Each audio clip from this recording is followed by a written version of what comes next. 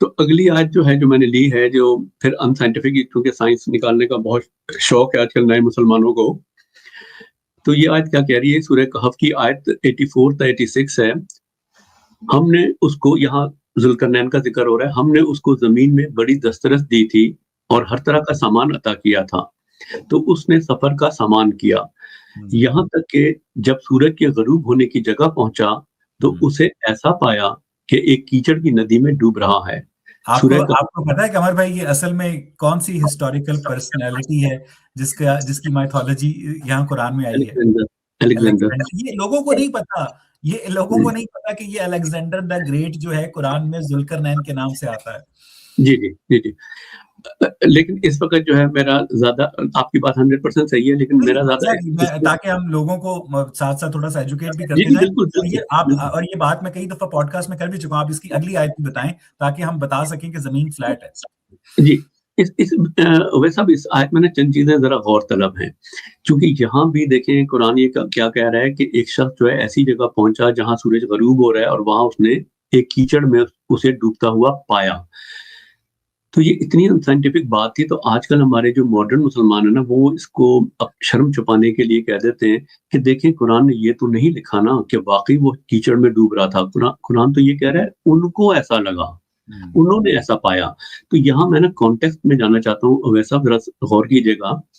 یہ عام نظارے کے طور پہ قرآن بیان ہی نہیں کر رہا. یہ قرآن دیکھیں کس طرح بیان کر رہا ہے، ہم نے اس کو زمین میں بڑی دسترس دی تھی، یعنی ایک خاص بندے کا ذکر ہو رہا ہے جس کو بڑی ریسورسز دی تھی خدا تعالیٰ نے. وہ عام نہ انسان تھا، نہ عام اس کے پاس ریسورسز تھیں، اس کے پاس ایکسٹرا آرڈنری ریسورسز تھی. ان ریسورسز کے ساتھ وہ ایک سفر پہ جاتا ہے، پھر وہ ایک ایسی جگہ پہنچتا ہے جہاں سورج غروب ہونے کی جگہ ہے، پھر وہ یہ نظارہ دیکھتا ہے. تو یہ بات ساری بتا رہی ہے کہ یہ ایک ایکسٹرا آرڈنری آدمی تھا، ایکسٹرا آرڈنری جرنی تھی، ایکسٹرا آرڈنری جگہ پہنچا اور ایکسٹرا آرڈنری چیز دیکھی. ورنہ ویسا میں اور آپ بھی دریا کے یا کنارے کھڑے ہوں یا سمندر کے کنارے کھڑے ہوں، ہمیں بھی ایسا لگتا ہے کہ سورج سمندر میں غروب ہو رہا ہے. یہ اس کا ذکر ہو ہی نہیں رہا. اور دوسری بات یہ ہے، ایک تو ایکسٹرا آرڈنری سفر ہے، ایکسٹرا آرڈنری انسان ہے، ایکسٹرا آرڈنری ریسورسز کے ساتھ وہ سفر کیا جا رہا ہے، سامان کے ساتھ. دوسری بات ویسا ایک اور بات ہوتی ہے، یہاں پہ سوال پیدا ہوتا ہے، اگر ٹھیک ہے فرض کر لیں قرآن یہ ان کا ایکسپیرینس بتا رہا ہے کہ انہوں نے ایسا دیکھا، ایکچولی نہیں ہو رہا تھا، تو یہی تو موقع تھا نا کہ اللہ تعالیٰ فرماتا ہے کہ اگرچہ سورج کہیں ڈوبتا ہی نہیں، ان کو ایسا لگا.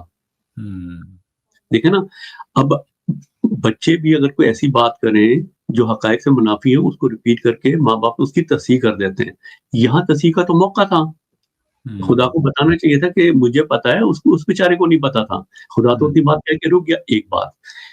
دوسری بات ہو ویسا جو آج کل لوگ کہتے ہیں نا اس آیت سے یہ مراد ہے اور وہ مراد ہے، وہ اپنے نبی سے زیادہ جانتے ہیں. گڈ شاٹ سر، گڈ شاٹ، بہت اچھے بہت اچھے.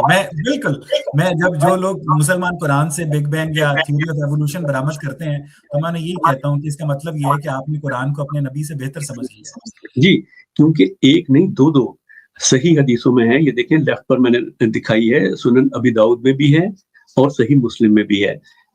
وہ ایک میں پڑھ دیتا ہوں، اس میں کیا ہے، لیفٹ والی سے شروع کرتا ہوں. ابو داؤد بھی صحیح 70 کی حدیث ہے اور صحیح حدیث ہے. یہ ابو ذر غفاری فرماتے ہیں، I was sitting behind the messenger of Allah who was riding a donkey.